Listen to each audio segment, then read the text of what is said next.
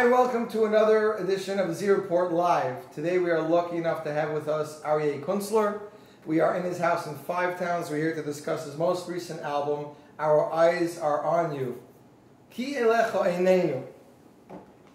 So the first thing I wanted to say to Aryeh is most recently I saw that you had a huge concert in Ura's Girl Zone. It looked like a really big stadium. What was that like? It was, I guess it's the closest thing we'll get to playing like something like Madison Square Garden type thing. It's a huge gym, crazy lights, big sound setup, and an incredible crowd. And it was really a lot of fun. We had a good time. So, Aryeh, we know each other for a while. You actually gave me a preview to this album, and It's true. I was very excited about it. And then a couple months back, you did JM in the AM with Nachum Segal. That's right. It was the first time that you performed there for him. Second, really. Second, really. The first time as Aryeh Kunstler, the artist. That's right. And I know that the feedback you got was tremendous, and Nachum's playing it all the time. I mean, how do you compare your feeling after releasing the second album to the feeling after you released your first album? I think the feeling after releasing the first album was it was a different type of excitement. It was recorded in 2 weeks. It was, mixed pretty quickly, and it was out there. And it was my first thing that was mine. I had done some work with my brother before, but this is the first thing, I didn't know what would, be with this CD, whether it would be successful or not, but it was a different level. This one took 1.5 years to make. It was a more difficult process working with different types of people. So it was a mixture of relief and just like, finally, I have it out, and this is a different type of excitement because I feel I went up a very big step in what I have to show for myself. Talking about steps, I was doing some research. I was remembering the first time I heard of the name Kunstler was about in 91 or 92. I was a camper in Camp Tarvadas. Shlomi Dax was my counselor. He brought out this 2-cassette album, Miami Experience 1. That's right. And I see here, Avi Kunstler sang a song, Karachim of Albanim. That's right. And that Avi Kunstler's your father. And that was the first time I heard of a Kunstler. Then it was about probably 8 or 9 years later. A CD was released in Israel and came to America called Vahavienu. That was Danny Kunstler. That's right. I'm not sure if you were on the first album? The first album I did one small guitar track, but it was the second one where I actually came in and helped compose and sang. So. And from what we know, they have a huge following in Israel and America. Yeah. And you guys actually remade your father's Karachim on the second album, which I played yesterday in the live lunch. Thank you. It's one of my favorite songs because the arrangements are so different. Danny did the arrangements, I believe. Danny did the arrangements with a guy who played bass on my first album, a guy named Avital, who's an extremely talented guy, and he did most of the arrangements together with Donnie, and it was very unique. It's a very different sound than kind of what, even though it's mainstream, I'd say it's more mainstream Jewish music as opposed to my own music, it still had its own very unique flavor. So when the time between your father sang at the Miami Experience concert and Vahavienu, when did you Aryeh Kunstler start getting involved in music? Or was it always, we were a musical family? No, so I actually wasn't so into music. Donnie was in Miami Boys Choir, and for years my mother was trying, go try out. And I was a big hockey guy, so all I wanted to do was play hockey on Thursdays and Sundays. I didn't want to go sit and do choir rehearsals. And when I was in 5th grade, my father bought me a guitar. I took lessons for about 3 months and I quit. I found it completely boring. Mm-hmm. And then when I was in, I'd say 7th grade, my friend of mine got for his bar mitzvah drum set. He said, I know you know 2 chords, come over, we'll jam, and that was it. That was the, from there on, I just started playing, started writing. Assuming the amount of lessons that you took, was it enough for you to further, or was it just beginner for you? It was just, I didn't have so much interest in it. I was learning kind of classical music, and it wasn't what I wanted to do. And even when I started again later on, I started with classical, and after about a year, I kind of branched off, to writing, developing the style which, I write my songs in today. One of the things I really enjoyed, especially about this album, was that I think every song, with the exception of 2, with the exception of Gam Kielech and Into the Sea, every other song has English and Hebrew in it. Sounds about, B'Shem Hashem is all Hebrew. B'Shem Hashem. But I really liked, I liked really, Vanach Loneda is also all Hebrew, but you have the English phrase at the end. But, I mean, the idea is really... The Who is Like You. Yeah. But the idea is to really, what I like doing is really mixing, the flavors, because you're able to give your own interpretation on psukim, etc. That you feel. It's not just that. A lot of times you'll take the psukim and the music and that you find appropriate, that you channel your emotions through that song. But when you're adding your own English flavor, your own lyrics to it, you can really go ahead and put your own, really show people your own inspiration and feelings to the song. You get your Hebrew lyrics first, or do you get your English lyrics first when you're composing the song? So it depends on three things. Generally, English lyrics I'll write first. For the English songs, I'll write them first. For the Hebrew songs, generally write the music first. And it's based on kind of the emotions I was feeling at the time in the song. When I'm coming up with melodies and I'm coming up with my my music, it's reflecting on what I'm feeling at the time. If it's excitement, it's a kind of a down period, or just feeling inspired. And I try and find the kind of words that really connect with what I'm feeling. And sometimes I'll stumble across a pasuk or something that really hits me.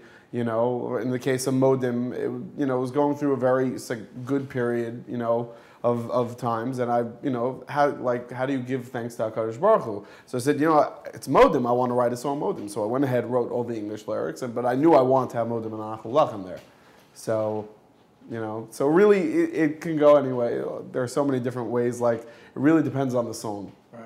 So I was saying that the first album was more of a fun project for you. Yeah. You wanted to get your creativity out there. But this one was very serious. You methodically planned out everything, and you hooked up with a very unique individual with a lot of connections with the name of Nir Z. That's right. Z, as we said. Z. Yes. His name is Nir Zikio, Nir Z. He's a drummer from Israel, and he came, I think, in the early 90s, could be, and he's drummed on, multi-platinum albums. He toured with, some Genesis and some other, big bands.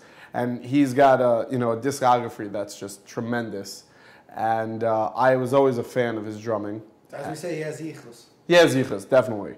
And I was a big fan of his drumming. And I kind of called him up. I kind of recorded this album 3 times.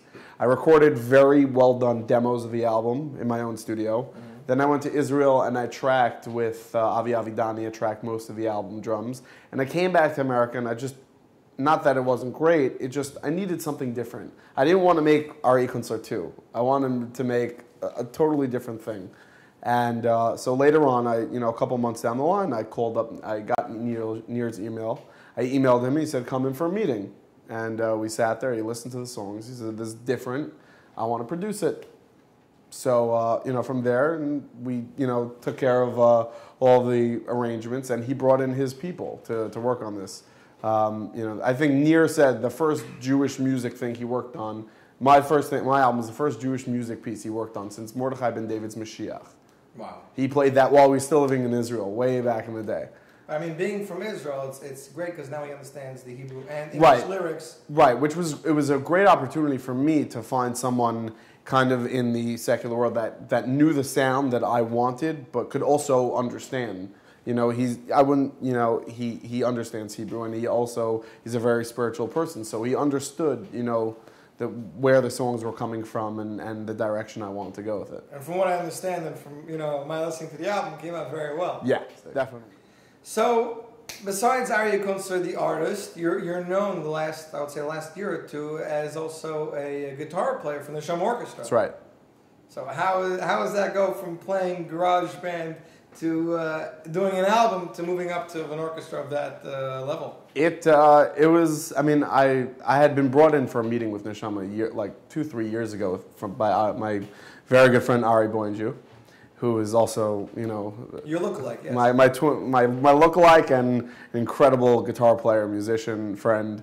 And it was on talks for me to start playing with them, but I think it was important for me to first get out the album for myself, and then it was a lot of material to learn to really get yourself acquainted with the wedding business.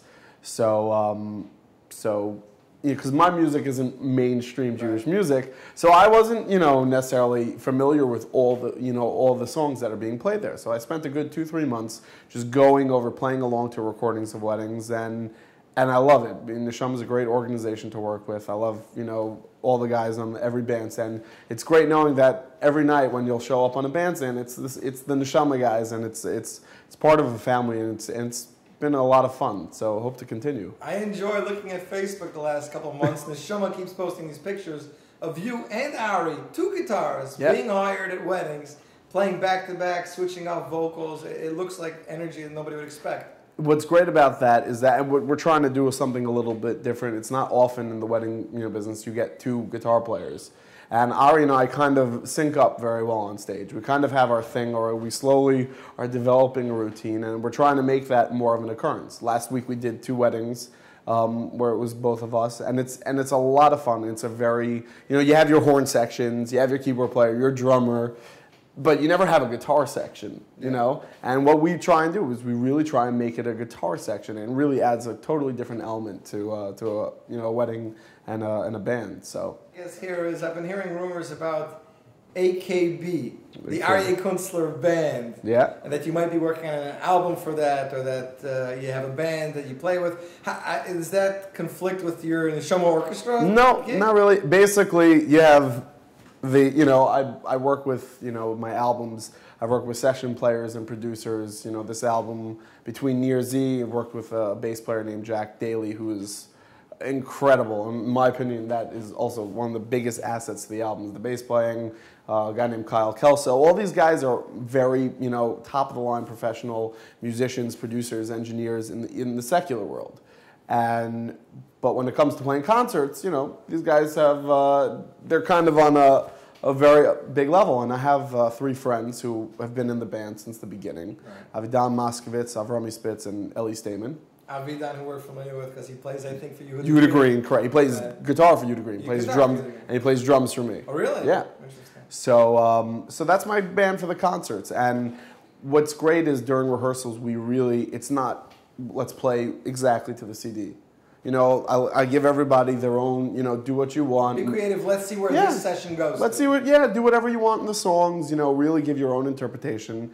And, we've recorded 1 or 2 demos of a new song, and it's a totally different energy than what's on these CDs. These CDs are very polished.